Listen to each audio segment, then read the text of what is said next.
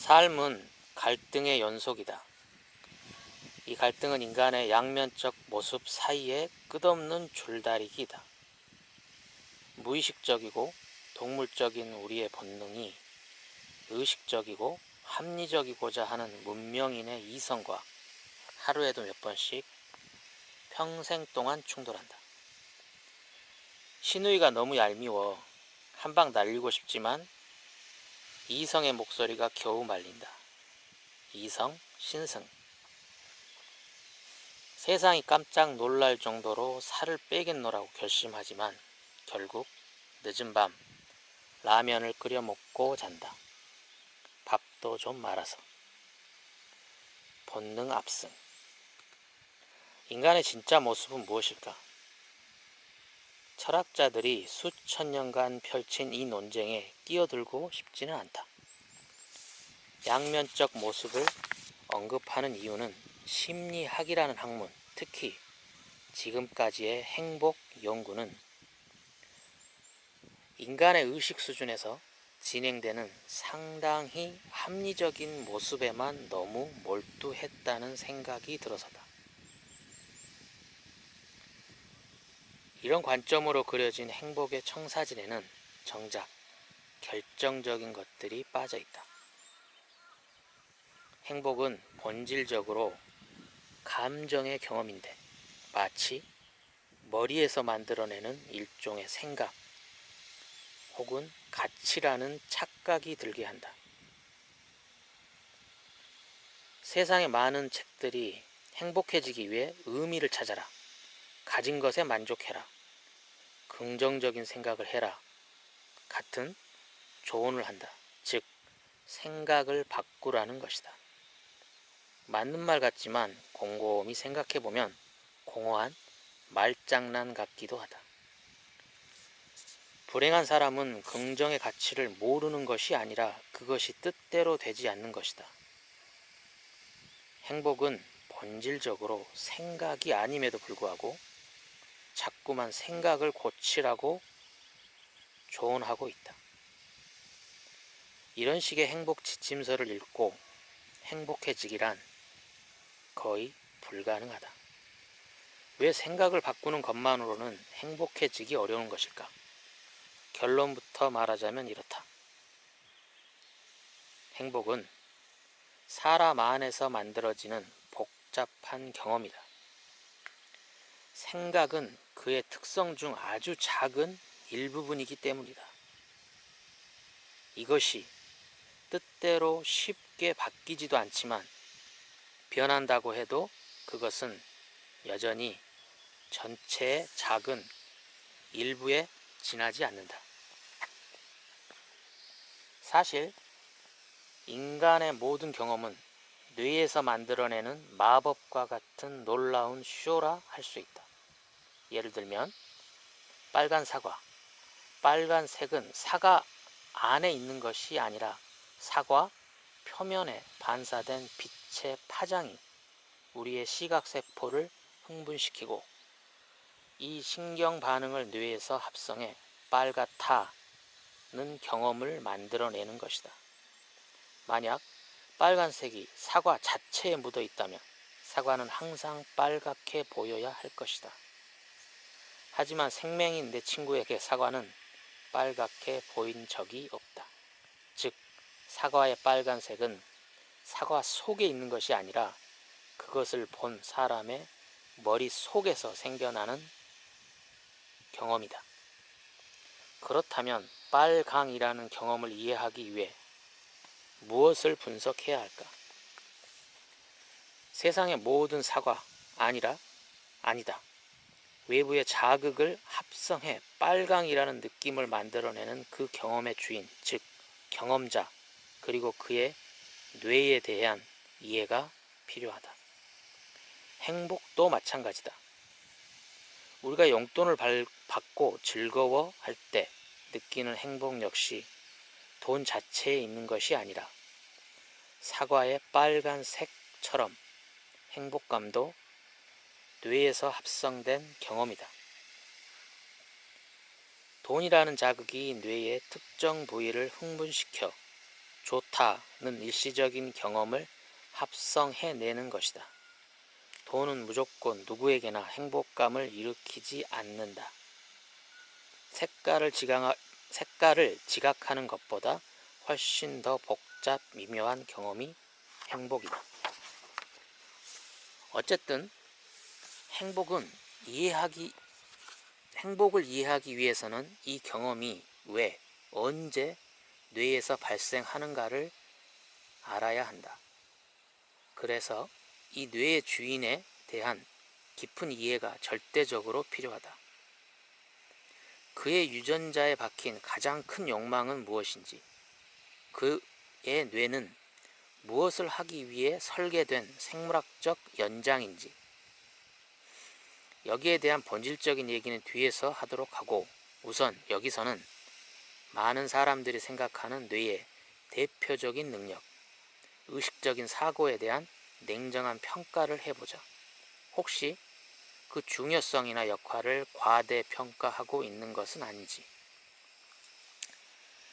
의식적으로 생각할 수 있는 능력, 분명 인간을 인간답게 만드는 능력이다. 숙고할 수 있기에 어제의 경험을 통해 뭔가를 배우고 내일을 준비하고 이런 책도 사서 읽어본다. 그러나 무엇을 의식적으로 생각하는 능력이 어떤 생명체의 생존에 꼭 필요한 것일까? 우리보다 지구에 훨씬 오래 전부터 살아온 악어, TV에서 보면 녀석들은 진흙을 뒤집어 쓰고 있을 뿐 도무지 고차원적인 생각을 하는 표정이 아니다. 인간사회 못지않게 복잡한 유계구조를 유지하며 심지어 곰팡이 농장까지 운영하는 놀라운 개미들, 그 녀석들도 생각이란 건 하지 않는다. 겨울이 다가오면 남쪽으로 이동하는 철새, 그중 반장 철새가 달력에 출발일을 큰 동그라미로 표시해 놓는 것도 아니다. 새의 뇌는 눈에 닿는 일조량과 햇빛의 미소한 각도 변화를 감지해 이동 시기를 본능적으로 결정한다. 즉, 의식적인 생각은 생명 유지의 필수 조건이 아니다. 인간도 마찬가지다. 호흡, 소화, 혈액순환, 우리의 생명을 유지시키는 거의 모든 생리적 기능들은 자동으로 이루어진다. 이 책을 읽는 동안 심장이 몇 번 뛰었는지, 호흡을 몇 차례 했는지 우리는 모른다. 하지만 분명 심장은 뛰었고 숨을 쉬었다. 우리의 생명을 꾸려가는 수많은 기능은 자동으로 잘 짜여진 프로그램처럼 우리 의식 밖에서 돌아가고 있다. 마치 나의 손발이 스스로 알아서 운전하는 것처럼. 요약하자면 의식적으로 생각한다는 것이 생존에 절대 필요한 것도 아니고 일상의 경험들을 하기 위한 필요 조건도 아니다. 최근 많은 학자가 의식적 사고의 중요성이 과대평가되었다고 주장하는 이유다. 하지만 여전히 우리는 이 생각하는 모습을 인간의 대표적인 특성으로 꼽는다. 왜 우리는 이성의 능력을 이토록 숭배하는 것인가? 몇 가지 이유가 있을 것이다. 가장 큰 이유는 사람은 자신의 경험 중 의식적으로 생각하는 부분만을 볼 수 있기 때문이다. 그래서 이 보이는 부분이 실제보다 많은 일을 하고 있다고 착각한다. 보이지 않는 것보다 보이는 것이 더 설득력 있어 보이기 때문이다. 그래서 옛 페르시아 왕들은 패전보를 전에 들고 온 병사를 처형했다고 한다. 단지 왕의 눈에 보였다는 죄 아닌 죄로 전령병은 패전의 책임을 과하게 뒤집었었다. 하지만 페르시아 왕과 우리는 분명한 차이점이 있다. 왕은 패전의 이유가 전령 때문이라고 생각지 않지만 우리는 의식적인 부분이 자기 행동의 원인이라고 굳게 믿고 있는다. 큰 오해다.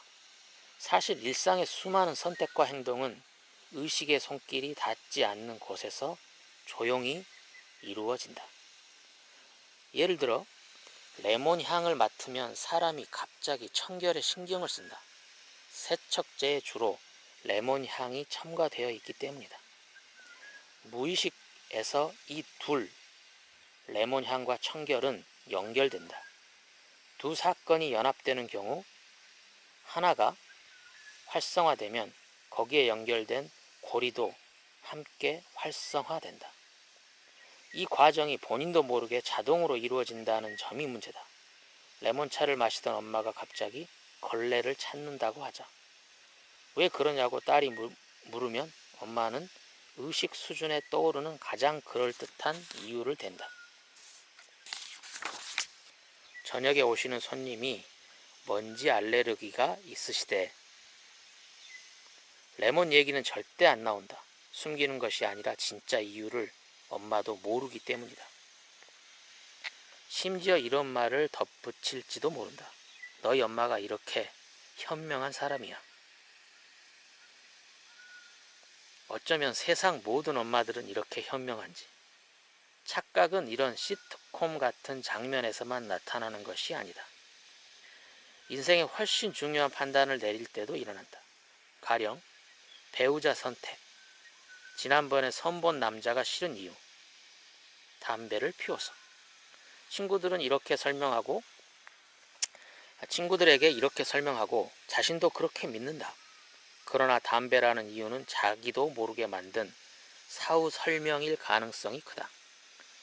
진짜 이유는 훨씬 원초적일 수 있다. 그의 묘한 채취라든지 쉬지 않고 깜빡이는 눈. 왠지 아니다 이 사람. 만난 지 3분 만에 내린 동물적 판단일 가능성이 높다. 하지만 이 과정은 뇌에 전달되지 않는다. 그래서 여자는 엉뚱한 곳에서 이유를 찾게 되고 그러던 중 그가 피우던 담배가 떠오른다. 담배 피우는 남자, 돈 낭비, 건강 마이너스, 백해무익한 인간. 한 달 뒤 그 남자가 담배를 끊고 전화를 했다고 치자. 그래도 당연히 노다. 남자는 친구들과 술 한잔하며 푸념을 늘어놓을 것이다. 도무지 이해가 안 되는 게 여자라고. 그럴 수밖에. 그녀도 자신을 모른다. 저명한 사회심리학자 팀 웰스는 그래서 우리는 자신에게도 이방인 같은 낯선 존재라고 했다. 모든 것을 안다고 생각하지만 사실은 정말 모르는 게 자기 자신이라는 것이다. 멍청해서가 아니다. 우리의 많은 선택과 결정은 의식을 거치지 않고 진행되기 때문이다. 의식은 아주 한정된 용량의 값비싼 자원이다. 그래서 정말 중요한 것만 선별적으로 기억하고 생각하도록 설계되어 있다. 시어머니 생일 같은 것. 우리의 머리에 떠다니는 생각은 쉽게 보이는 부분이지만 그것이 우리의 행동의 주 원인이 아닌 경우가 많다. 페르시아 왕의 눈앞에 나타난 것은 전령병이지만 그가 패전의 진짜 이유는 아닌 것처럼. 눈에 보이는 것이 전부라는 오해를 하면 인간을 그저 생각하는 단백질 덩어리로 착각하며 살게 된다. 그래서 행복이라는 문제도 생각이라는 아주 좁은 테두리 안에서 논하게 되고 결국 행복의 본질을 간파하지 못하게 된다. 이성의 역할을 중요시하는 또 하나의 이유는 그것이 우리의 동물적 본능을 통제하고 다스리기 때문이다. 중요한 기능이다. 이 능력 덕분에 먹고 싶어도 참고 자고 싶어도 새벽까지 공부하고 지금이 아닌 먼 훗날을 위해 산다. 하지만 이성적으로 통제된 행위가 본능적 욕구보다 무조건 좋고 바람직한 것인가? 고갱의 그림에 심취하는 것이 먹고 자고 성관계를 갖는 것보다 본질적으로 우월한 행위인가? 어떤 잣대를 가지고 판단하느냐의 문제다. 오랜 교육을 통해 학습된 잣대로 본다면 우리의 동물적인 모습보다 합리적인 측면이 더 좋아 보이기도 한다.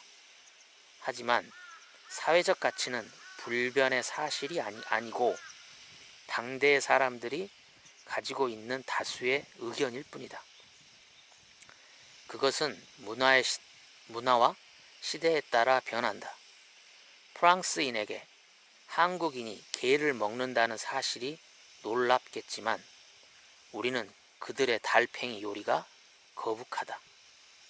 가치가 아닌 생존에 기여하는 정도에 대해 생각해 본다면 얘기는 달라진다. 이렇게 생각해 보자. 우리의 본능적 모습을 힘센 말이라고 하고 그것을 통제하는 이성을 말 위에 올라탄 기수라고 하자. 야생의 말들이 생존을 목표로 달릴 때 기수가 탄 말이 혼자 달리는 말보다 반드시 더 유리할까? 혹시 기수가 도리어 방해되는 경우는 없을까? 동물은 항상 본능대로 움직인다. 인간의 경우는 생사를 좌우하는 절체절명의 순간에 더 이상 이성적이 될까? 아니면 본능적인 모습이 튀어나올까? 이성적 통제가 항상 생존에 도움이 되었다면 극도의 위험에 놓인 인간은 더욱 합리적으로 행동하도록 진화했을 것이다. 하지만 그렇지 않다. 1977년 스페인령 캐너리 군도의 작은 섬에서 역사상 최악의 항공사고가 일어났다. 미국의 페남과 네덜란드의 KLM 항공사의 747 여객기가 활주로에서 충돌해 583명의 사상자를 냈다. 사고의 원인은 조종사들 간의 커뮤니케이션 문제였지만 600명에 가까운 사상자까지 발생할 상황은 아니었다. 충돌은 상공이 아닌 활주로에서 일어났고 기체는 충돌 후 수십 분이 지난 뒤에 폭발했다. 비행기에서 탈출할 시간이 있었지만 상당수가 그 기회를 놓쳤던 것이다. 왜지? 사고조사 보고서를 주목해보자. 화염에 휩싸인 기체 안에서 사람들이 취할 가장 합리적인 행동은 탈출구를 찾아 뛰어나가는 것이다. 하지만 많은 승객은 정반대로 했다. 충돌 후 제자리에서 꼼짝하지 않았던 것이다. 심리학자들은 이런 현상을 말 그대로 언다 라고 표현한다. 포식자 앞에서 일시적으로 얼어버리는 것이 동물의 본능 중 하나다. 유구한 시간 동안 생존에 도움이 되었던 이 습성 때문에 이날은 불필요하게 많은 이들이 목숨을 잃은 것이다. 생존의 위협을 느끼면 인간은 더 동물스러워진다. 항상 식량난에 시달렸던 인류는 기회가 있을 때마다 영양을 몸에 비축하도록 설계됐다. 특히 지방이나 당분이 있는 음식으로. 그래서 다이어트를 결심한 이들에게 초콜릿과 지방은 무서운 유혹이다. 입에서 당기는 본능의 힘을 막기에 이성은 너무 나약하기 때문에.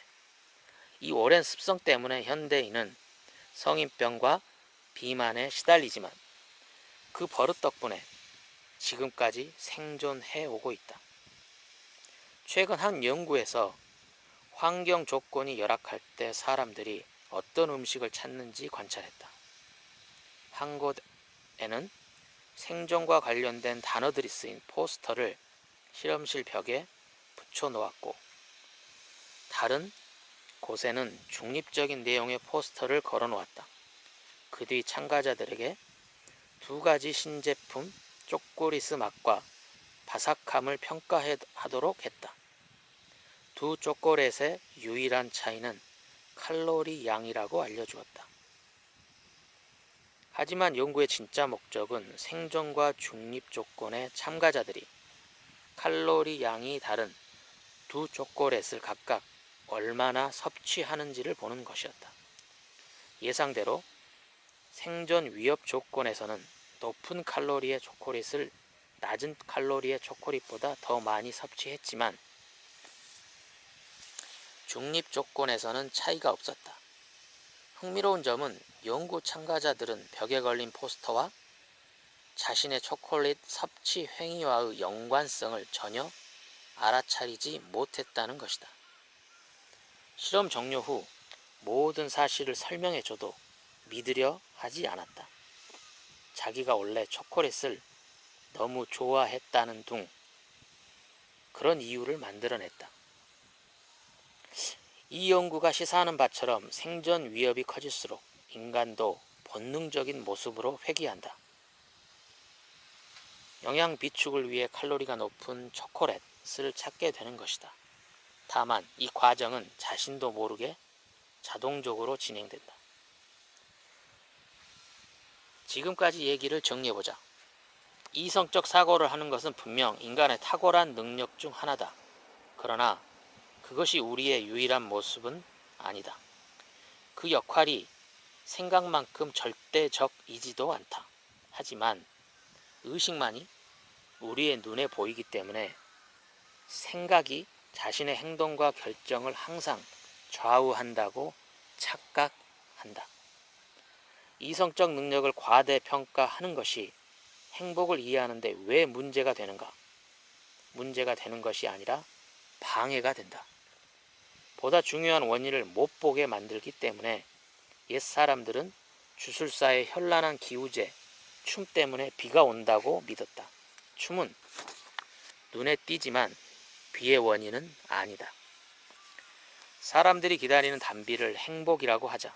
이 비가 언제, 왜 내리는지를 알기 위해서는 보이지 않는 습도나 풍향 같은 자연 요인들을 이해해야 한다. 주술사의 춤이나 기우제 음식 같은 가식적인 것에 현혹돼서는 행복의 본질을 볼 수 없다. 자, 그럼 처음의 질문으로 되돌아가 보자. 인간의 이성적 사고 대 동물적 본능, 무엇이 진짜 모습일까? 인간은 두 가지를 다 가지고 있지만 우리는 이성의 역할을 상당히 과대평가하고 있다. 역으로 본능에 보이지 않는 힘이 우리를 얼마나 움직이는지 과소평가하며 산다. 이것이 다음에 다룰 내용이다. 행복에 대한 책에서 왜 이성이나 본능 같은 주제를 굳이 다루느냐고. 이런 비유가 도움이 될지 모르겠다. 행복을 소리라고 한다면 이 소리를 만드는 악기는 인간의 뇌다. 이 악기가 언제, 왜, 무슨 목적으로 소리를 만들어내는지를 알아야 행복에 대한 감을 잡을 수 있다. 그래서 우선 이 악기의 주인, 인간에 대한 심층적 파악이 필요하다. 생각은 그의 모습 중 아주 작은 일부다. 그가 보면 볼수록 동물스럽다.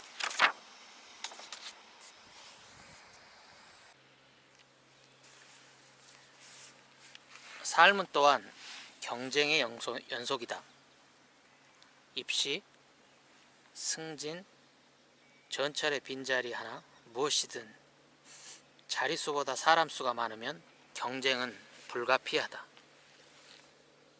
그러나 이런 일상의 경쟁들은 자연의 경쟁 앞에서는 시시해진다. 이 자연의 경쟁은 바로 생존이다. 우선 스케일 자체가 다르다. 큰 연봉이나 그럴듯한 대학 간판을 놓고 벌이는 싸움이 아니다.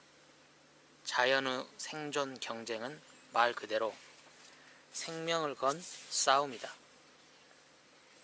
승자는 후손을 통해 자신의 생명을 지속하지만 낙오자는 더 이상 생명체가 아닌 싸늘한 물질로 되돌아간다.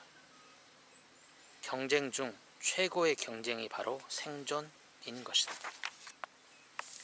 경쟁률 또한 대단하다. 일례로 태평양 연어들은 약 6,000개의 알을 낳지만 그중 성인기까지 생존하는 연어는 2마리에 불과하다. 약 3,000대 1의 경쟁률. 하지만 이건 예선에 불과하다. 결선에 오르면 다음 관문은 성공적인 짝짓기다. 이것이 생존 경쟁 최후의 월계관이다. 특히 수컷들의 경우 누구나 짝짓기 기회를 갖는 것이 아니기 때문에 치열한 경쟁은 계속된다. 인간과 유전적으로 가장 가까운 침팬지들은 수십 마리씩 무리를 지어 산다. 알파 수컷이라는 두목 녀석과 그가 거느리는 몇 참모들의 독재하에. 그런데 유전자 분석을 해보면 마을 전체 침팬지 새끼들 중 약 86%가 정권을 쥔 이 몇몇 녀석들의 자식이라고 한다. 소수의 수컷이 마을 암컷을 독차지하는 구조다. 권력의 변방에 있는 수컷들은 대장에게 도전하다 죽거나 추방당하고 일부는 짝짓기를 아예 포기하고 마을을 떠나 쓸쓸한 노후를 보낸다. 결국 대다수의 수컷 침팬지는 평생 단 한 번의 짝짓기 기회도 갖지 못하는 것이다. 자연은 공평하지 않다. 우리의 옛 모습도 이와 비슷하다. 거의 모든 암컷은 짝짓기의 기회를 갖지만 수컷의 경우 선택받은 일부만 후세에 유전자를 남길 수 있었다. 그래서 우리 조상의 남녀 비율은 50대 50이 아니다. 어째서? 가령 남녀 20명씩 사는 섬의 아이들이 태어났다고 하자. 모든 성인 여자는 엄마가 됐지만 남자들은 둘 중 한 명만 아빠가 될 수 있었다고 치자. 이 섬에 태어난 아이들의 호구 조사를 나중에 해보면 엄마는 총 20명, 아빠는 총 10명으로 밝혀질 것이다. 우리는 이런 불공평한 동네에서 살던 자들의 후손이다. 그래서 우리 조상의 남녀 비율은 1대1이 아니라 1대2로 여자 비율이 높다. 인간의 경우 그나마 일처제라는 제도 덕분에 남녀 간 불균형이 최근 줄어든 것이다.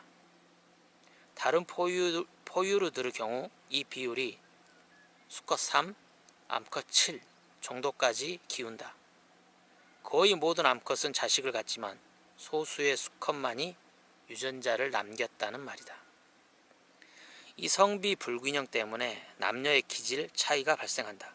예를 들어 여자는 특별한 노력을 하지 않아도 엄마가 될 수 있기 때문에 안정지향적 전략을 택하는 것이 유리하다. 그러나 수컷의 경우는 다르다. 어차피 최고가 못되면 짝짓기에서 낙오된다. 매사에 뭐 아니면 도 같은 극단적인 전략을 택할 수밖에 없다. 그래서 남자들은 작은 것에도 승부욕이 불탄다.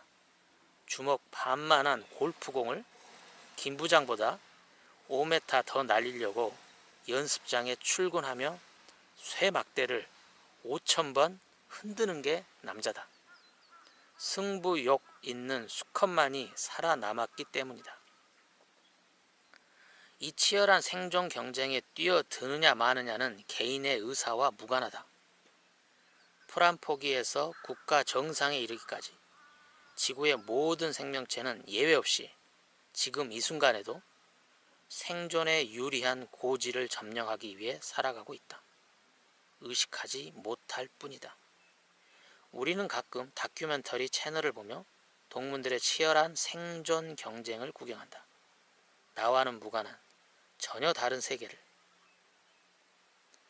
호주에서 공수된 와인을 마시며 친구와 화상통화를 하는 내가 정글에서 치고받는 저 짐승들과 무슨 연관이 있나 싶다.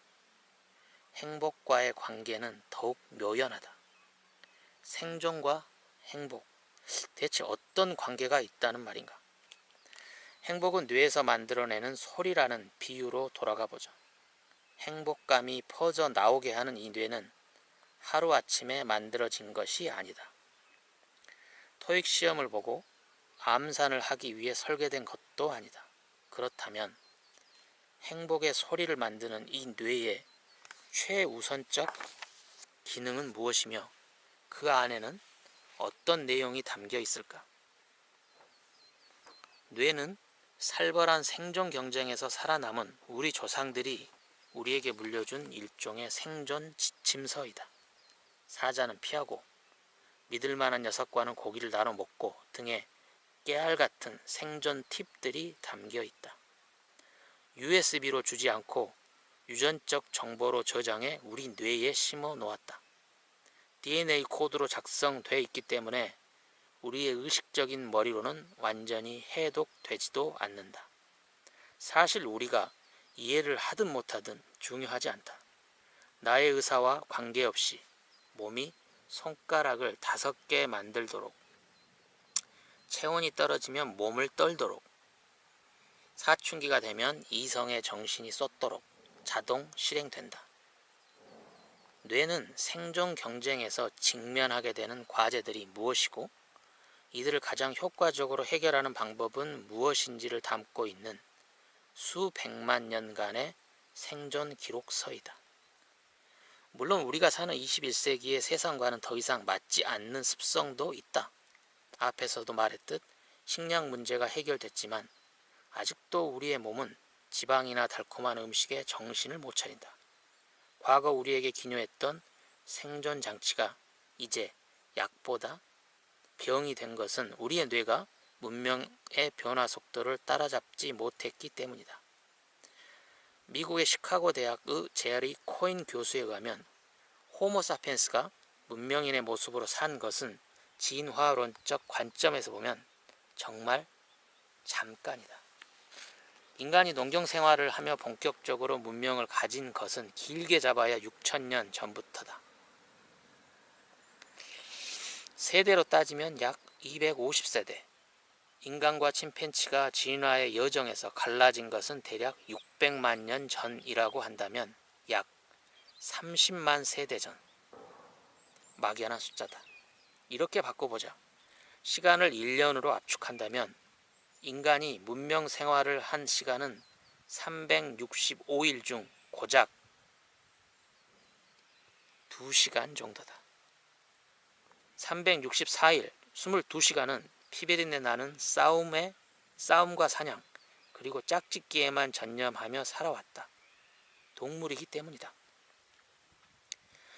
그러나 우리는 1년 중 고작 2시간에 불과한 이 모습에 너무나 익숙해져 있다. 그래서 어처구니 없게도 우리는 더 이상 동물이 아닌 줄 안다. 3살 버릇 80까지 간다는데 과연 600만 년간 유전자에 새겨진 생존 버릇들이 그렇게 쉽게 사라질까? 절대 그럴 수 없다. 인간은 여전히 100% 동물이다. 바로 이것이 최근 심리학계를 뒤흔드는 연구들의 공통점이다. 이 중에는 19금 내용이 많은데 이를 접한 독자들은 당황할 수 있다. 말도 안 된다. 심리학자들은 뭔가 좀 이상해 싶을 것이다. 나도 이런 연구들을 거부감 없이 받아들이기까지 몇 년의 생각과 공부가 필요했다. 당혹감이나 의혹, 심지어 약간의 불쾌감까지 생길 수도 있는데 자연스러운 반응이니 이 책을 당장 집어 던지지는 말았으면. 우리의 동물스러움을 엿볼 수 있는 수많은 연구 중 몇 가지를 소개한다. 최근 심리학의 권위지인 실린 리버만과 동료들의 연구다. 모든 문화에서 친인척 간 성관계는 금기시된다. 근본적인 이유는 근친관계에서 태어난 아이가 유전자의 돌연변이니 생겨 생식 능력을 잃을 확률이 높기 때문이다. 결국 혈통이 끊어지기 때문에 진화 과정에서 근친관계를 방지하는 것은 아주 중요한 과제였다. 그래서 일종의 근친 감지 시스템을 동물들은 보유하고 있다. 인간의 경우는 어떨까? 위 연구에서는 수개월에 걸쳐 여대생들이 누구와 얼마나 자주 문자나 전화를 하는지 분석해봤다. 여성들의 임신 확률이 높은 가임기와 그렇지 않은 기간의 통화 내역을 비교해보니 딱 한 사람과의 통화 패턴이 달라졌다. 바로 그녀들의 아버지였다. 연구자들의 예상대로 아버지와 딸, 유구한 세월 동안 근친관계가 가장 빈번하게 발생한 사이다. 그래서 가임기에 가까워질수록 여대생들은 자신도 모르게 아버지와 거리를 둔다. 가임기에는 통화 빈도와 시간을 서서히 줄이다가 그 시기가 지나면 또다시 정상 패턴으로 돌아간다.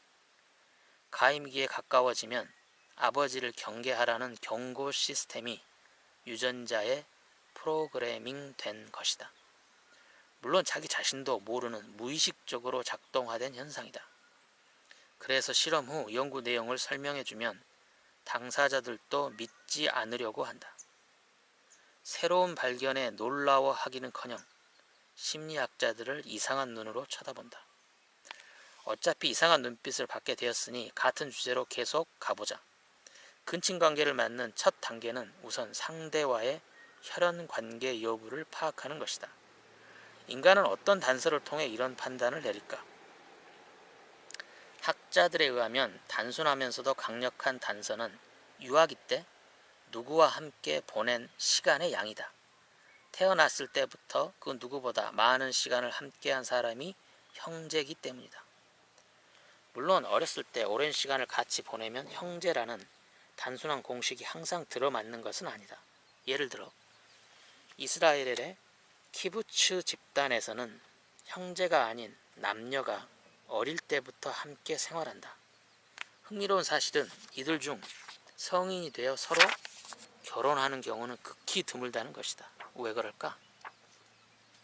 키부츠 출신의 순이와 철수는 서로 형제가 아니라는 사실을 분명히 안다. 하지만 순이와 철수의 뇌에는 너희는 어릴 때 너무 많은 시간을 같이 보냈어. 수상해. 라는 경계의 신호가 켜진다. 그래서 성인기에 이르면 서로에 대한 성적 매력이 억제된다. 머리로는 혈연관계가 아님을 알지만 사랑의 화학 호르몬은 좀처럼 생겨나지 않는 것이다.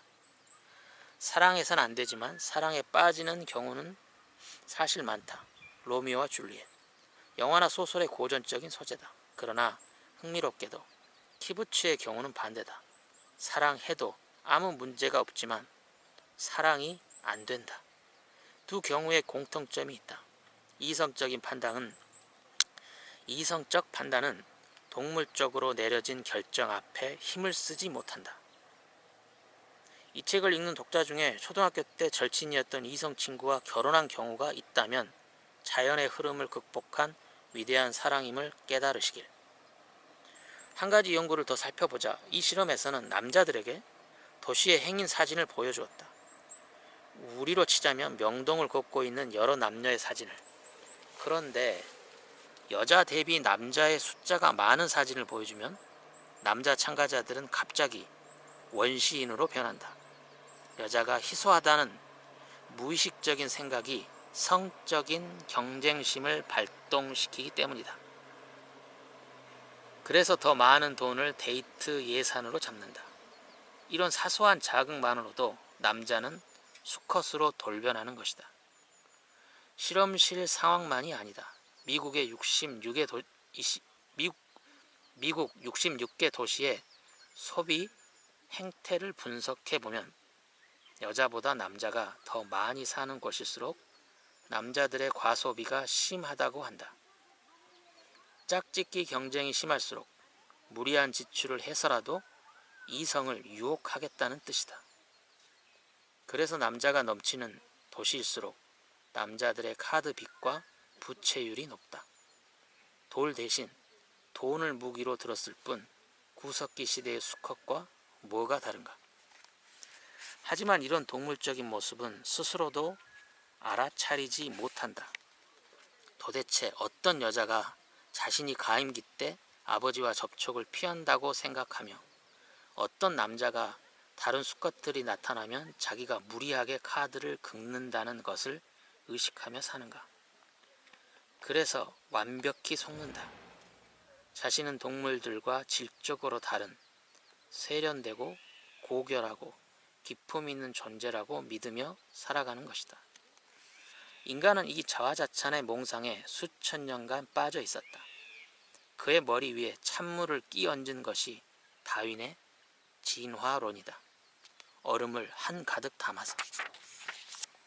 뒤돌아보면 나 역시 다윈의 찬물 세례를 몇 년 전에 받았다. 반신반의하길 몇 년.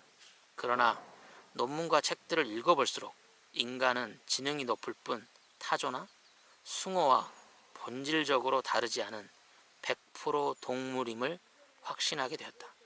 이 새로운 시각은 지난 20년간 공부해온 행복에 대한 근본적 생각을 뒤흔들어 놓았다. 그러면서 이런 질문이 생겼다.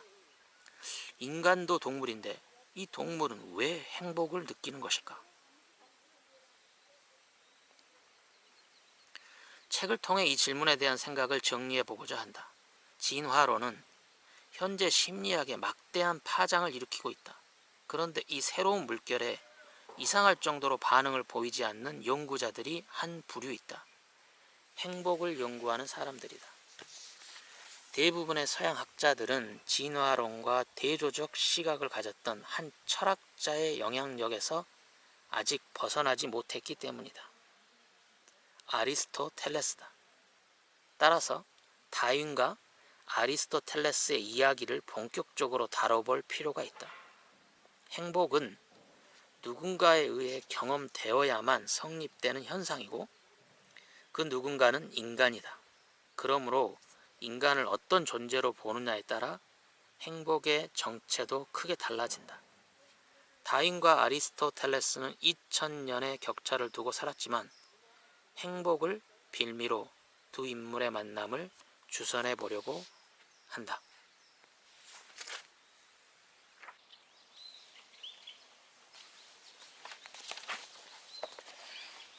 인간이 현재 가진 신체적 모습과 생각, 감정, 이는 우연히 갖게 된 특징이 아니다. 앞에서 설명했듯 모두 생존에 도움이 되기 때문에 보유하게 된 특성이다. 그렇다면 행복이라는 감정은 생존에 어떤 도움을 줄까? 다시 말해 인간은 왜 무엇을 위해 행복감을 느낄까? 중요하고도 흥미로운 질문이다. 하지만 학계에서는 아직까지 이 질문에 대해 별로 큰 고민을 하지 않는다. 사실 지금까지 심리학은 왜라는 질문을 자주 던지지 않았다. 많은 심리학 연구들은 어떻게라는 질문에 걸맞은 해답을 제공했다. 어떻게 성격이 형성되는지, 입체감은 어떻게 지각하는지. 그러나 최근 심리학의 진화론적 관점이 확산되면서 왜? 라는 본질적인 질문을 여기저기서 던지기 시작했다. 왜 아기들은 귀엽게 생겼을까? 왜 인간은 뒷담화를 할까? 왜 남자와 여자의 뇌는 그토록 다를까?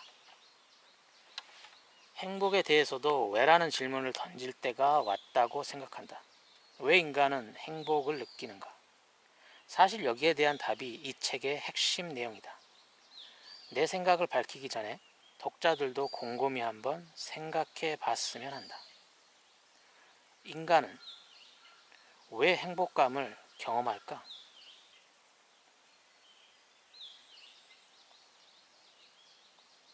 행복하면 좋으니까? 혹은 중요하니까? 같은 성의 없는 대답은 정중히 사양한다. 오랜 시간 행복을 공부했지만 나도 행복은 왜? 라는 질문을 진화론을 접하면서 갖게 되었다. 이 질문에 대한 내 나름의 생각들이 이제 조금씩 정리되고 있는 것 같고 이것을 더 많은 사람과 나누기에 이 책을 쓰게 되었다. 특히 행복은 비움, 감사, 느림이라는 공허한 지침들에 지친 이들과 특히 행복은 비운, 감사, 느림이라는 공허한 지침들에 지친 이들과 함께 결론부터 말하자면 인간은 행복해지기 위해 태어난 것이 아니라 생존을 위해 만들어진 동물이다. 조금 더 냉정하게 표현하자면 인간은 생존 확률을 최대화하도록 설계된 생물학적 기계이고 행복은 이 청사진 안에서 아주 중요한 역할을 한다. 구체적으로 무슨 역할을 하는 것일까? 또 이것을 이해하는 것이 왜 중요할까? 이야기를 조금 쉽게 풀기 위해 개 한 마리를 등장시켜보자. 개에게 인간은 조물주나 다름없다. 불과 1만 5천 년 전만 해도 개라는 동물은 지구상에 존재하지 않았다. 인간이 일부 온순한 늑대들과 조심스러운 교류를 시작했고 그 후 인간이 그 늑대로부터 다양한 품종의 개를 탄생시켰다. 식용 목적의 치와와, 사냥 도우미 리트리버, 영혼이 담긴 스누피를. 그래서 개들의 당근 신화에는 인간이 등장할 것이다. 그렇지 않고서 어찌 그토록 인간에게 충직할 수 있겠는가? 온종일 방구석에 금붕어와 함께 내버려둔 주인을 매일 저녁 날뛰며 반겨주니 말이다. 개의 입장에서 보면 인간은 무척 이기적이다. 눈썰매를 끌라하고 마약 탐지를 시키고 집 지키는 것도 모자라 온갖 쓸데없는 개인기까지 보여달라고 조른다. 신문도 몇 번 물어다 주고 두 발로 서서 놀아주지만 항상 더 엽기적인 것을 원하는 눈치다. 캘리포니아 해변에 사는 주인을 만나면 서핑을 강요당할지도 모른다. 이건 뭐 끝이 없다. 하지만 이 철없는 개 주인의 입장은 이렇다. 공놀이도 하루 이틀이고 뭔가 기막힌 재주를 가르치고 싶다. 미개척 분야인 서핑을 택한다. 문제는 어떻게? 서핑은커녕 바다에 들어가는 것조차 꺼리는 개를 어떻게 서퍼로 만들 수 있을까? 다행히 주인은 자기 개가 세상에서 가장 좋아하는 것을 알고 있다. 특이하게도 그것은 새우깡이다. 갑자기 희망이 생긴다. 주인은 새우깡의 힘을 빌려 자신이 원하는 행동, 서핑을 단계적으로 이끌어낼 수 있다. 우선 개가 물가로 오면 새우깡을 주고 그 다음엔 물에 발을 담그면 준다. 여기까지 숙련되면 개가 서핑보드에 올라와야 새우깡을 주고 마지막으로 그 위에서 균형을 유지해야 준다.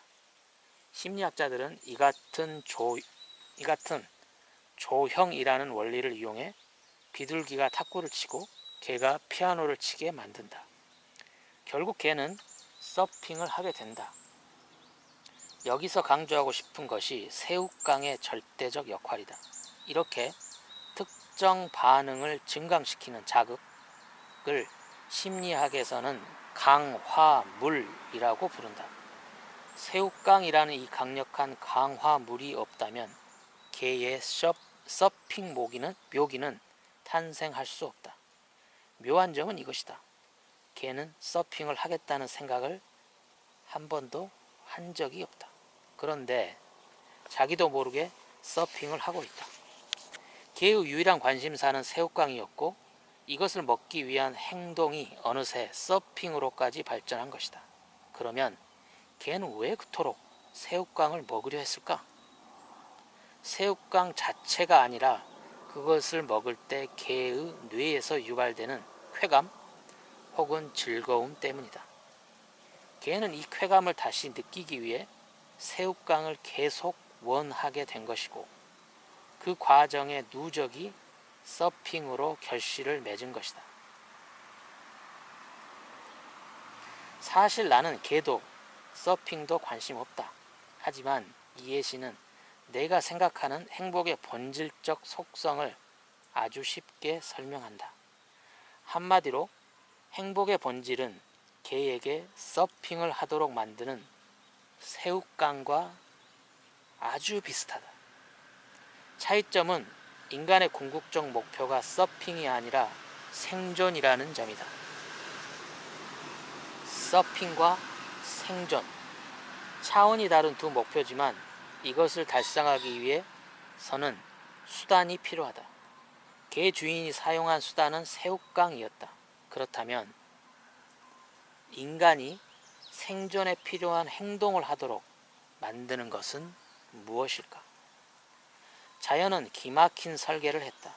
내 생각에 개에게 사용된 새우깡 같은 유인책이 인간의 경우 행복감이다. 개가 새우깡을 얻기 위해 서핑을 배우듯 인간도 쾌감, 즉 행복감을 얻기 위해 생존에 필요한 행위를 하는 것이다. 쉽게 생각해보자.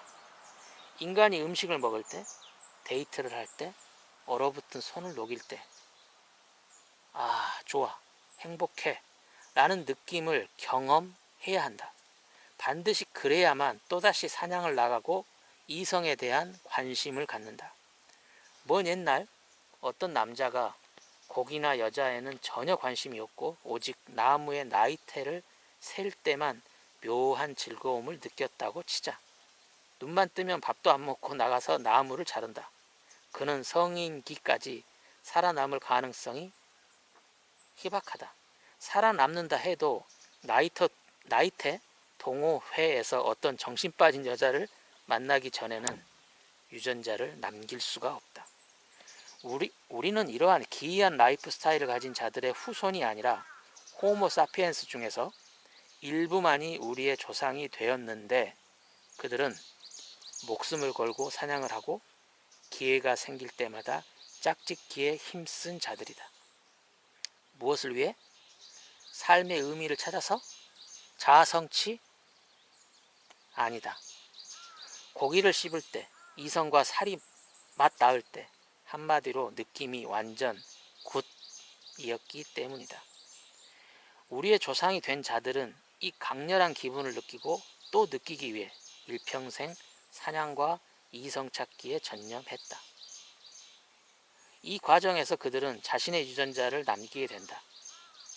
유전자를 퍼뜨리려는 거창한 포부 때문이 아니라 개가 새우깡을 통해 얻는 쾌감을 인간도 최대한 자주 많이 느끼기 위해 고기와 이성에 몰두한 것이다. 덕분에 그들은 지금 이 글을 읽고 있는 우리들에게 성공적으로 유전자를 전달했다. 행복감을 인간이 왜 느낄까? 라는 질문으로 이 챕터를 시작했다. 여러분은 어떤 대답을 했을지 궁금하다. 나의 간결하고도 건조한 답은 생존 그리고 번식이다. 아무리 쥐어짜봐도 낭만이라고는 한 방울도 나오지 않는 이런 얘기를 나는 왜 주장하는가? 지금까지 행복을 연구하는 학자들을 포함해 대부분의 사람이 행복을 너무 로맨틱하고 관념적인 관점에서 바라보고 있다. 아리스토텔레스 이후 이런 행복 신비주의가 탄생했을 것이다. 앞에서 말했듯 그는 행복이 최상의 선이라고 규정하며 존재의 최종적인 이유와 목적이 행복이라고 주장했다. 많은 사람에게 익숙한 생각이다. 모든 것은 결국 행복해지기 위해서라는. 이 생각이 틀렸다는 건 아니다. 다만 상당히 인간 중심적이고 비과학적인 생각이다. 벌집을 비집고 들어가 벌들에게 존재의 이유를 물으면 그 녀석들은 아마도 한 목소리로 꿀이라고 외칠 것 같다. 역시 틀렸다기보다는 벌의 관점에서 좁게 생각하고 있는 것이다. 하지만 자연의 대법칙에 스티븐 호킹 박사가 쓰는 확성기를 대면 이런 말이 나올 것이다. 주목! 인간과 벌, 특히 인간, 모든 생명체의 최종 목적은 행복도 꿀도 아니란다. 오직 하나, 생존이다. 그렇다. 생명체는 행복하기 위해 사는 것이 아니라 호모사피엔스의 존재 이유도 벌, 선인장, 꽃게와 마찬가지로 생존이다. 당연한 얘기다. 하지만 이것을 행복과 연결시키면 당연하지 않는 결론이 나온다. 이 새로운 관점으로 보면 행복은 삶의 최종적인 이유도 목적도 아니고 다만 생존을 위해 절대적으로 필요한 정신적 도구일 뿐이다.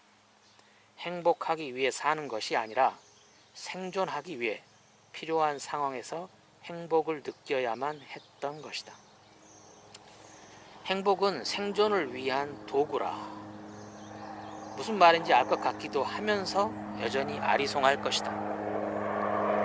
새우깡에 밀려 아직까지도 이 도구의 구체적인 작동 원리를 살펴볼 기회가 없었다. 지금부터 이것에 대해 이야기해보자. 행복이 생존을 위한 도구라면 이 도구는 일상에서 어떻게 작동할까? 다시 한번 예시의 힘을 빌리자. 혹시 동전 탐지기라는 기계를 본 적이 있는지? 캘리포니아 해변 근처에서 몇 년간 살았던 적이 있다. 가끔 해변가에 나가면 귀에 헤드폰을 끼고 쇠꼬챙이로 모래를 들쑤시며 다니는 사람들을 보곤 했다. 남들이 해변에 흘린 동전이나 반지 같은 귀중품을 찾는 무척 한가한 분들이다. 이들의 필수 장비가 동전 탐지기다. 동전 탐지기의 원리는 간단하다. 탐지기에 달린 긴 쇠막대기가 금속에 가까워지면 헤드폰에서 신호가 울린다. 삑 소리가 난다. 동전에 가까워질수록 크고 빠르게 즉 삐 소리는 기계의 주인이 찾는 동전이라는 목표물로 이끄는 역할을 한다. 주인이 찾는 것은 동전이고 신호음은 그것을 추적하는 데 도움이 되는 수단이다. 자, 여기서 좀 황당한 상상을 한번 해보자. 어떤 최신형 동전 탐지기가 등장을 해 동전에 접근할 때 삐라는 신호음 대신 중독성 있는 음악을 들려준다고 하자. 혹시 이런 경우 동전을 찾게 해주는 신호 자체에 매료되는 사람은 없을까? 아니, 한 발 더 나아가 음악 대신 아예 뇌에 미세한 쾌감을 준다면 주객이 전도되는 상황이 충분히 일어날 수 있다. 탐지기 주인이 자기의 원래 목적보다 그 목적 달성을 위한 신호에 더 관심을 갖게 되는 경우 말이다. 황당한 상상이 아닐 수도 있다. 왜냐하면 행복을 쫓고 있는 우리의 모습이 어쩌면 이 같은 주객 전도의 상황과 비슷하기 때문이다. 무슨 말일까? 우리 뇌는 단백질로 만들어진 일종의 동전 탐지기라고 할 수 있다. 무엇을 찾는가? 동전보다 훨씬 중요한 것을 찾는데 그게 뭔지는 다음 챕터에서 구체적으로 생각하기로 하자. 어쨌든 이 중요한 보물로 우리를 인도하기 위해 뇌 또한 어떤 신호를 방출해야 한다. 찾는 것이 너무나 중요하기에 소리로는 부족하다. 훨씬 강력한 신호가 필요하다. 한번 경험하면 그 신호에 중독될 만큼 그런 것이 있을까? 심리학사에 남은 유명한 연구가 하나 있다. 1954년 캐나다 멜길 대학의 신경학과 제임스 올스와 피터 밀러는 쥐의 학습 행동 연구 중 우연한 발견을 했다. 실수로 쥐 뇌의 시상 하부를 미세한 전극으로 자극했는데 이후 쥐들은 이 자극을 받았던 장소로 계속 되돌아가려고 했다. 그곳에서 뭔가 대단히 좋은 경험을 한 것이다. 연구자들이 상황을 다시 분석하면서 알게 된 사실은 쥐들이 되돌아가려는 그 장소에서 뇌의 쾌감 센터가 우연히 자극을 받았다는 것이다. 이후 스스로 쾌감 센터를 자극할 수 있는 지렛대를 만들어주고 쥐의 행동을 관찰했다. 자위적인 쾌감을 느끼기 위해 쥐들은 식음을 전폐하고 지렛대를 두드렸다. 1시간에 무려 7,000번을 두드리다 거품을 물고 쓰러지는 쥐들이 생겨났다. 지렛대를 누르기 위해 치명적인 전류가 흐르는 바닥을 건너기도 하고 어미 쥐들은 갓 태어난 새끼들도 잊은 채 두드리고 또 두드렸다. 금붕어, 원숭이, 돌고래의 뇌에서도 이런 쾌감센터가 발견됐다. 모든 동물의 뇌가 가진 중요한 역할 중 하나가 바로 이런 쾌 혹은 불쾌의 경험을 즉각적으로 구분하고 만들어내는 것이다. 인간이 느끼는 쾌감은 뇌의 여러 부위가 만들어내는 합작품이지만 역시 시상하부가 큰 역할을 한다. 그리고 쥐와 마찬가지로 쾌감과 연합된 경험을 기억 속에서 확실히 남겨놓는다. 첫사랑, 그때 그곳, 그 맛을 절대 잊지 못하게 만든다. 나의 쾌감 전구를 울리는 것 중 하나는 평양냉면이다. 평양냉면 지렛대가 없길 다행이다. 쾌의 느낌에 우리가 붙이는 명칭은 상황에 따라 다르다. 기쁘다, 재미있다, 통쾌하다, 즐겁다, 신난다, 좋다. 그러나 모든 쾌가 원료인 경험이고 이들은 행복감의 가장 기초적인 재료가 된다. 이런 쾌의 전구가 켜지면 발생하는 여러 세세한 감정을 묶어 심리학에서는 긍정적 정서라고 한다. 반대로 불쾌의 바탕을 둔 여러 감정을 묶어 부정적 정서라고 부른다. 문화, 나이, 성별에 관계없이 모든 인간의 감정은 쾌 혹은 불쾌의 두 바구니 중 하나에 반드시 담긴다. 그래서 힐랍시대의 철학자부터 오늘날 행복 연구자들까지 쾌와 불쾌의 상대적인 비율을 행복의 중요한 기준으로 생각한다. 행복의 핵심은 부정적 정서에 비해 긍정적 정서의 경험을 일상에서 더 자주 느끼는 것이다. 이 쾌락의 빈도가 행복을 결정적으로 좌우한다. 많은 현대인의 삶이 행복 관역을 제대로 못 맞추는 이유가 쾌락의 중요성을 과소평가하기 때문이다. 책 말미에 다시 다루게 될 포인트다. 왜 모든 동물은 쾌와 불쾌의 잣대로 경험을 나누는 것일까? 생존과 밀접한 결정들을 효과적으로 처리하기 위해서다. 쾌와 불쾌의 신호는 우리를 위험으로부터 보호하고 기회를 포착하도록 응원한다. 뱀, 절벽, 사기꾼, 썩은 음식, 치명적인 위협들이다. 이런 것들은 치명적인 위협들이다. 이때 우리의 뇌는 두려움이나 역겨움 같은 불쾌한 감정을 유발시켜 위험하니 피하라 라는 메시지를 전달한다. 감정은 그 어떤 매체보다 즉각적이고 강력하며 효율적이기 때문이다. 그러나 단지 위험을 피하는 것만으로는 장기적으로 생존할 수 없다. 비옥하지만 가보지 않은 낯선 땅, 매력적인 이성, 절벽에 붙어있는 꿀이 가득한 벌집. 지금 당장 손에 쥐지 못하고 실신하는 것은 아니다. 지금 당장 손에 쥐지 못한다고 죽는 것은 아니다. 허나 장기적 생존을 위해서는 이런 자원을 확보해야 한다. 번호표를 쥐고 기다린다고 갖게 되는 것도 아니고 두렵지만 길을 나서야 되고 고단하지만 10번을 찍어봐야 한다. 이것은 엄청난 의욕과 에너지를 요구한다. 따라서 그 노력에 상응하는 강력한 보상이 필요하다. 쾌감을 유발하는 정서들이 바로 이런 역할을 한다. 희열, 성취감, 뿌듯함, 자신감, 이런 치명적인 매력을 가진 경험을 한번 맛보면 또다시 경험하고 싶어진다. 그것을 유발시킨 모든 사건, 물체, 장소, 사람을 또 찾아 나선다. 올스와 밀러의 실험쥐들처럼 스스로 인식하든 못하든 이 과정에서 자신의 장기적인 생존 확률이 높아진다. 간단히 요약하면 쾌와 불쾌의 감정은 나설 때와 물러설 때를 알려주는 생존 신호등이다.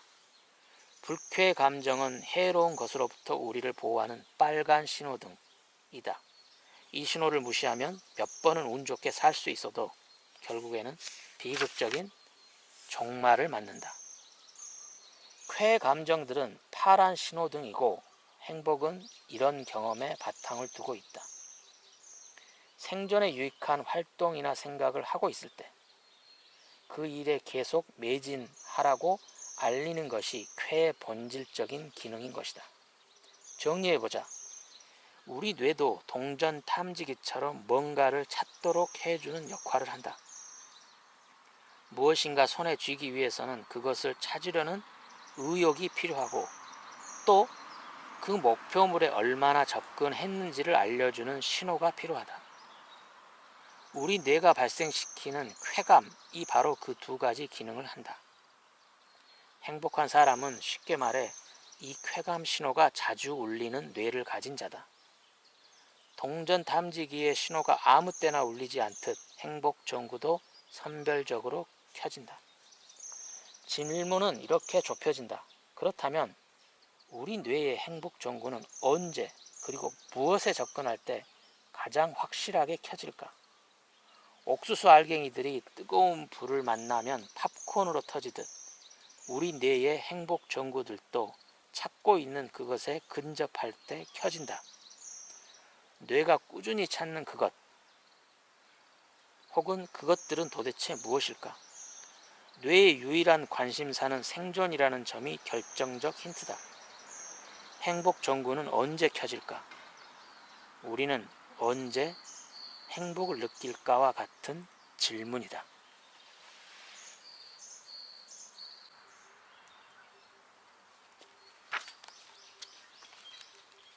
과학자들이 쓰는 용어 중에 오컴의 면도날이라는 표현이 있다. 14세기 영국의 논리학자인 워컴의 이름으로 탄생한 이 용어는 어떤 현상을 설명할 때 필요 이상의 가정과 개념들은 면도날로 베어낼 필요가 있다는 권고로 쓰인다. 사고의 절약을 요구하는 이 원리는 좋은 과학 이론의 지침이다. 최근 심리학에 등장한 진화 생물학적 견해는 이 날카로운 면도날 역할을 하고 있다. 그리고 인간 본질에 대한 이해를 전면 개편 중이다. 심리학 전공을 하지 않은 사람이라도 아브라함 매슬로우의 욕구 피라미드를 한 번쯤 들어보았을 것이다. 인간의 다양한 욕구들은 피라미드 모양의 위계적 단계를 이룬다는 것이다. 가장 아래 단계의 생리적 욕구들이 채워져야 보다 고차원적인 상위 욕구에 관심이 생긴다는 전제다. 한마디로 금강산도 식후경이라는 메시지다. 하지만 이 초롱성 같던 매슬로우의 이론도 최근 위아래가 뒤바뀌고 있다. 왜 사람은 세상에서 가장 뛰어난 지휘자가 되려 하고 가장 빠른 직구를 던지려고 할까? 즉, 왜 자아성취를 하려고 할까?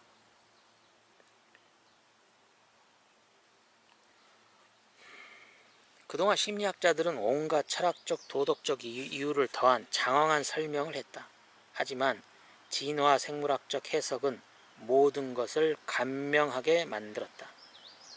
금강산 구경을 하기 위해 밥을 먹는 것이 아니라 인간의 본질적 욕구를 채우는데 도움이 되기 때문에 금강산 유람을 한다는 것이 최근 진화 심리학적 설명이다. 혁명적이다. 이것을 사실로 받아들이는 학자들이 점점 많아지고 있다. 앞에서 살펴본 피카소나 칭기스칸뿐 아니라 자아성취의 교과서적인 인물인 간디나 마틴 루터 킹 목사도 사실은 대단한 여성 편력의 소유자였다. 하지만 많은 경우 금강산을 찾아가는 이유를 본인도 모른다. 그래서 본인뿐 아니라 심리학자들까지도 지나치게 긴 설명을 늘어놓았던 것이다. 자아 성취와 마찬가지로 행복에 대한 논의들은 필요 이상으로 거창하고 추상적이다. 오랫동안 철학자들의 영향권에서 벗어나지 못했기 때문이다. 하지만 행복의 정신적 교주로 일컬어지는 아리스토텔레스는 정확히 말하면 행복에 대한 논의를 한 것이 아니었다. 그는 칭송을 받을 만한 가치 있는 삶에 대해 말했던 것이고, 또 그것은 유데모니아를 통해 이루어진다는 주장을 했던 것이다. 조은과 정신의 합성어인 유데모니아는 앞에서 언급한 자아성취 개념과도 일맥상통한다. 지금까지 많은 서양 학자들이 아리스토텔레스가 말한 가치 있는 삶이 곧 행복이라는 해석을 해왔다. 그 결과 행복을 필요 이상으로 거창하게 생각하도록 만들었다. 아리스토텔레스의 행복론이 거창한 이유가 있다. 그는 마케도니아 왕국의 귀족 가문에서 최고만을 누리며 살았던 인물이다. 그의 스승은 플라톤, 제자는 알렉산더 대왕. 인류 역사에서 이렇게 화려한 이력서를 가진 사람이 또 있을까? 그래서 그의 행복관도 매우 엘리트주의적이다. 그에 의하면 여자나 노예들은 행복을 누릴 최소한의 자격조차 갖추지 못한 사람들이다. 그들이 누리는 일상의 소소한 즐거움은 칭송받을 만한 삶의 구성 요인이 아니라고 생각했기 때문이다. 이들이 스스로 행복하다고 생각하는 것은 아리스토텔레스에 의하면 착각이다. 사실 그가 관점을 둔 것은 정확히 말해 가치 있는 삶이지 행복한 삶이 아니었다. 우리가 이 둘을 혼동하고 있는 것이다. 어쨌든 이런 초엘리트주의적 행복관의 잔재 때문에 좋은 삶과 행복한 삶이 뒤엉켜 있다. 행복도 오커문 날로 정리해 볼 필요가 있다. 행복은 가치나 이상 혹은 도덕적 지침이 아니다. 천연의 행복은 레몬의 신맛처럼 매우 구체적인 경험이다. 그리고 쾌락적 즐거움이 그 중심에 있다. 쾌락이 행복의 전부는 아니지만 이것을 뒷전에 두고 행복을 논하는 것은 어불성설이다. 가치 있는 삶을 살 것이냐, 행복한 삶을 살 것이냐는 개인의 선택이다. 내가 강조하고 싶은 점은 첫째, 이 둘은 같지 않다는 것이고, 둘째, 어디에 무게를 두느냐에 따라 삶의 선택과 관심이 달라진다는 것이다. 무엇이 가치 있는지를 평가하기 위해서는 잣대가 필요하고, 많은 경우 그 잣대의 역할을 하게 되는 것은 다른 사람들의 평가이다. 내가 무엇을 좋아하고 하고 싶은지보다 우선시되는 것은 내 선택을 남들이 어떻게 평가하느냐다. 내가 지금 좋고 즐거운 것보다 남들 눈에 사려 깊고 힘있는 사람으로 인정받는 것이 더 중요해진다. 앞에서 설명했듯 여기서 행복은 역풍을 맞기 시작한다. 이런 사고는 쾌락적 즐거움의 기회를 놓치게 만든다. 미국 시카고 대학 크리스토퍼 C 교수의 유명한 초콜릿 연구가 있다. 대학생들에게 커다란 바퀴벌레 모양의 초콜릿과 작은 하트 모양의 초콜릿 중 하나를 고르라고 했다. 먹는 즐거움은 하트 모양 초콜릿이 더 클 것이라고 예상하지만 결국 대다수는 커다란 바퀴벌레 모양의 초콜릿을 선택했다. 일반인의 합리주의라고 불리는 이 현상은 자신의 선택을 타인에게 정당화하려는 욕구에서 비롯된다. 그까짓 모양보다 객관적인 양의 차이를 비교해서 내리는 선택이 더 똑똑해 보이기 때문이다. 그래서 현명하게 하트 대신 바퀴벌레를 먹는다. 몇 년 전부터 우리 대학에서는 심리학을 전공하려는 학생의 수가 급증했다. 그러다 보니 학점이 좋은 학생부터 전공을 선택할 수 있는 제도가 도입된 적이 있다.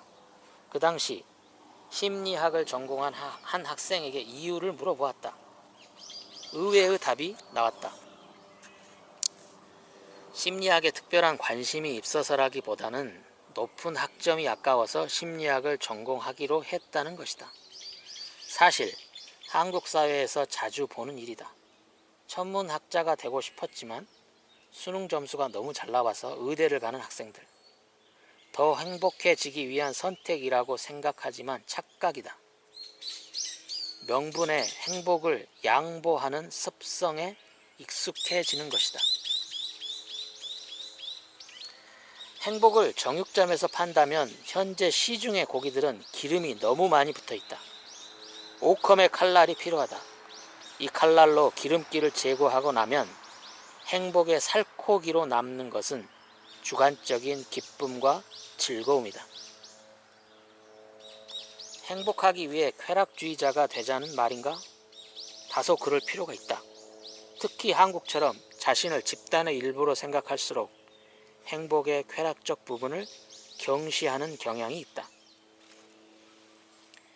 그동안 우리는 내일이 없이 즐겁게 사는 여름 배짱이를 한심하게 생각하도록 쇠뇌받고 살았다.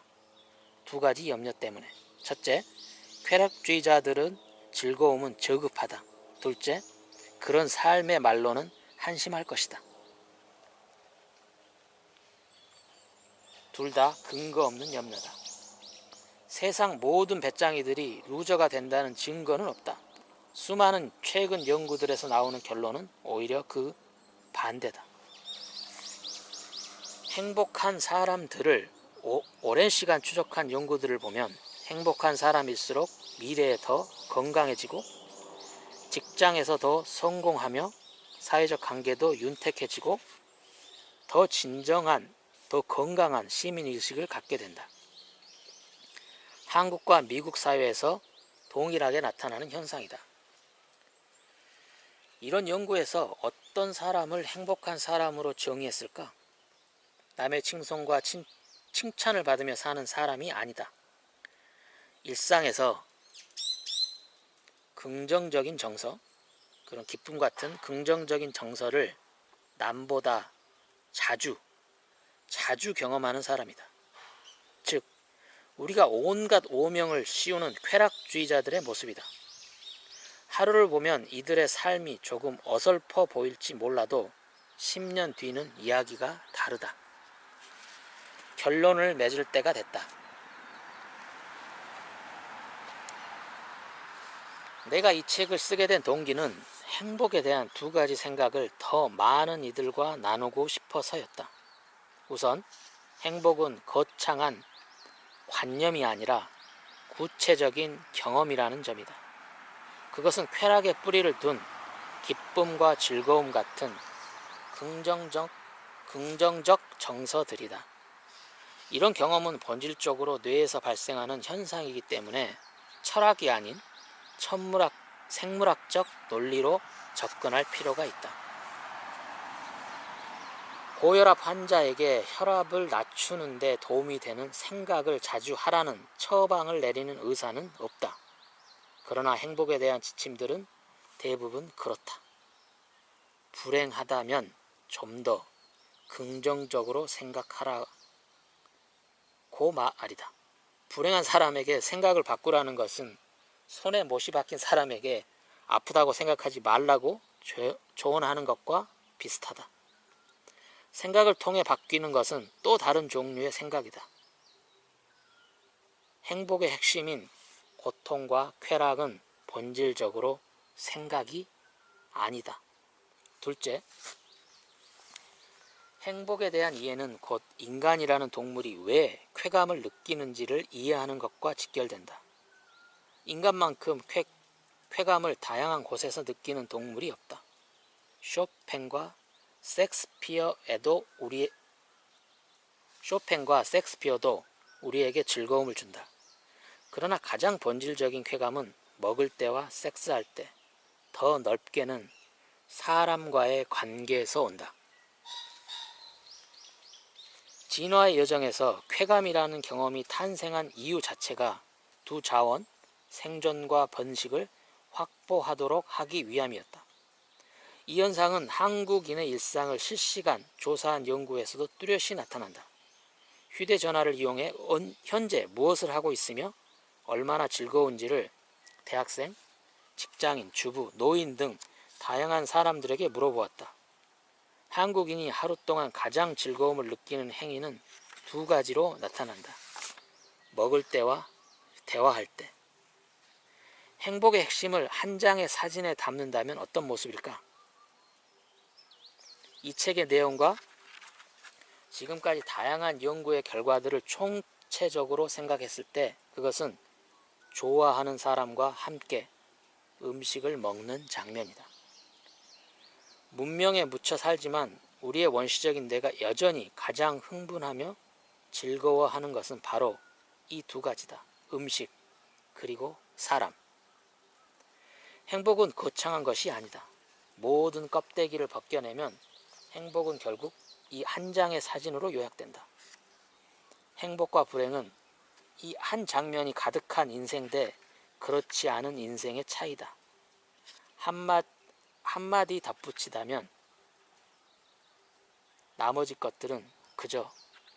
그 외 나머지 것들은 그저 주석일 뿐이다.